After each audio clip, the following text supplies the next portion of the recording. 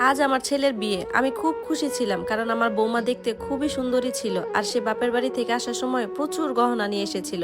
আর সে যখন এসেছিল সাথে একজন কাজের মেয়ে নিয়ে এসেছিল। কাজের মহিলা নিয়ে আসার ব্যাপারটা আমার কাছে খুব অদ্ভুত লেগেছিল। তাছাড়া কাজের লোকের কাজ আমার একদমই পছন্দ না। আর সেই মেয়েটা সবসময় ঘুমটা দিয়ে থাকতো। একদিন রাতে দেখলাম কাজের মেয়েটা বারান্দায় বসে আছে। অধীর আগ্রহে তার দিকে যখনই তাকালাম, তার মুখটা দেখে আমার বুকটা ধকধক করতে লাগলো। আসলে আমার বৌমাকে একটা পার্লারে দেখেছিলাম, তাকে দেখে আমার ছেলের জন্য আমি তখন পছন্দ করে ফেলি। সে অনেক গরিব ঘরের সন্তান ছিল, কিন্তু বিয়ের দিন আমার বৌমার সাথে করে অনেকগুলো গহনা আর কাজের মেয়ে নিয়ে আসার ব্যাপারটা আমার কাছে খুব অদ্ভুত লেগেছিল।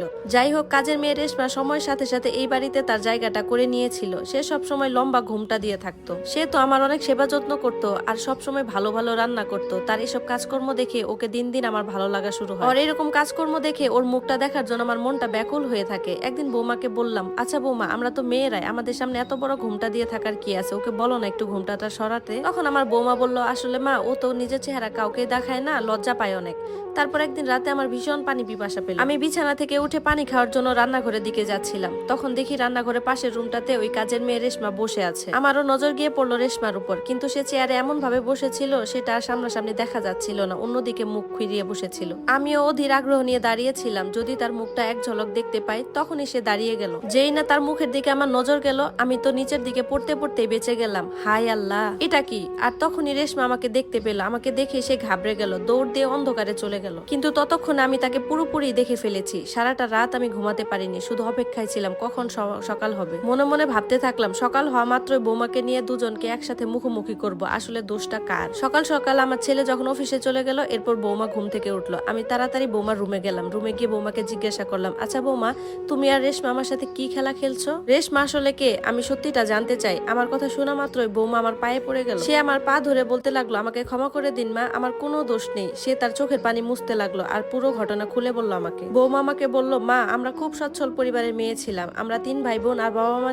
মিলে আমাদের সংসারটা খুব ভালোভাবেই যাচ্ছিল। হঠাৎ আমার বাবার ব্যবসাটা খারাপ হয়ে গেল, যার কারণে আর্থিক সংকট দেখা দিতে লাগলো। আস্তে আস্তে আমাদের ঋণের পরিমাণও বাড়তে থাকে। একসময় আমার বাবা আমাদের বাড়িটাও বিক্রি করে দেয়। এর কিছুদিন পরই আমার বাবা ধীরে ধীরে অসুস্থ হতে লাগলো। আমার তখন পরিবারকে চালানোর জন্য কাজের সন্ধানে নামতে হয়। আমি একদিন একটা বাস স্ট্যান্ডে দাঁড়িয়েছিলাম। সেখানে একটা লোক এসে আমাকে বলল সে আমাকে সাহায্য করবে।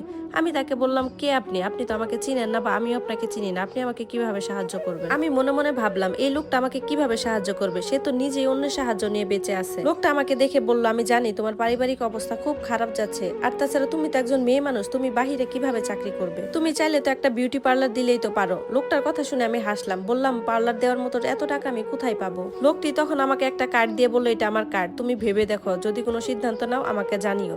এরপর আমি বাসায় চলে আসলাম। বাসায় এসে বিছানায় যখনই শুতে যাব, তখন ওই লোকটার কথা মনে পড়লো। এরপর আমি আমার একটা বান্ধবীকে ফোন দিয়ে শুনলাম যে আসলে পার্লারে কাজ করতে কত টাকা লাগে। তখন সে আমাকে জানালো যে 1 বছরের একটা কোর্স প্রায় 1 লক্ষ টাকার মতো লাগে।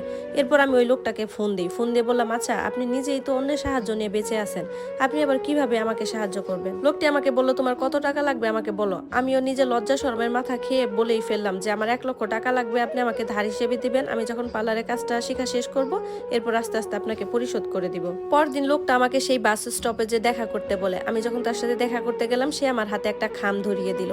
আমি বাড়ি এসে খামটা খুলে দেখলাম সেখানে 2 লক্ষ টাকা। আমি তো আশ্চর্য হয়ে গেলাম। সাথে সাথে লোকটিকে ফোন দিয়ে বললাম, আপনার জীবনে যদি কোনো সাহায্যের দরকার হয়, তাহলে আমি আমার প্রাণ দিয়ে চেষ্টা করব। এভাবেই প্রায় 1 বছর কেটে গেল, আর আমিও আমার পার্লারে সেই কোর্সটা কমপ্লিট করলাম। কোর্সটা কমপ্লিট করার পর সেই লোকটাকে ধন্যবাদ দেওয়ার জন্য কল করলাম, কিন্তু সে আমাকে আবার সেই বাস স্টপেজেই ডাকলো। সে আমার হাত ধরে আরেকটা পার্লারের ব্যবস্থাও করে দিলেন। আমিও তাকে ফেরেশতার মতো ভাবতে শুরু করলাম। এদিকে আমার পার্লার দিন দিন বড় হতে লাগলো। আর একদিন আপনি আমার পার্লারে গেলেন আর আমাকে দেখে আপনার ছেলের জন্য পছন্দ করে ফেললেন। যখনই আমার বিয়ের তারিখটা ঠিক হয়, তখন সেই অপরিচিত লোকটা এসে আমার পায়ে পড়লো। সে আমার কাছে একটা অদ্ভুত আবদার শুরু করলো। সে বলল যে আমাকে তোমার শ্বশুর বাড়িতে কাজের মহিলা বানিয়ে নিয়ে যাও, আর আমি সেখানে সবসময় ঘুমটা দিয়ে থাকবো। আমি প্রথমে রাজি হইনি, কিন্তু তার জোরাজোরিতে এক সময় রাজি হয়ে গেলাম। লোকটা আমাকে হাত জোর করে বলল যে প্লিজ তুমি আমাকে আমার মায়ের সাথে মিল করিয়ে দাও। আমি অবাক হয়ে বললাম, কে আপনার মা? তখন সে বলল, তোমার হবু শাশুড়ি আমার মা। আমার তো হাত পা বাঁধা, আমি আমার নিজের বাড়িতেই যেতে পারি না। যখন আমার জন্ম হয়েছিল, তখন আমার পরিবারে কেউ খুশি ছিল না, এমনকি আমার নিজের জন্মদাতা মাও না। কারণ যখন নার্স আমার মাকে বলেছিল যে আপনার পরিবারে একটা তৃতীয় লিঙ্গের সন্তান হয়েছে, আমার বয়স যখন 12 বছর, তখন আমার মা আমাকে একটা এতিমখানায় রেখে চলে যায়। এরপর একটা ধনী নিঃসন্তান লোক আমাকে তার সন্তানের মতো করে লালন পালন করে। আমি যতই ধন সম্পদের মধ্যে থাকি না কেন, আমার মায়ের জন্য আমার মনটা খুব কাঁদে। আমার বৌমার মুখে এসব সত্যি ঘটনা শুনে আমার পায়ের নিচে মাটি সরে গেল। আমি আমি দৌড়ে চলে গেলাম আমার সেই সন্তানের কাছে। কাঁদতে কাঁদতে আমি তার পায়ে গিয়ে পড়লাম, যার সাথে আমি ভীষণ অন্যায় করেছি। এরপর থেকে আমার সন্তান আমার সাথেই থাকে। ধন্যবাদ সবাইকে। গল্পটি কেমন লাগলো অবশ্যই সবাই কমেন্টস করে জানাবেন।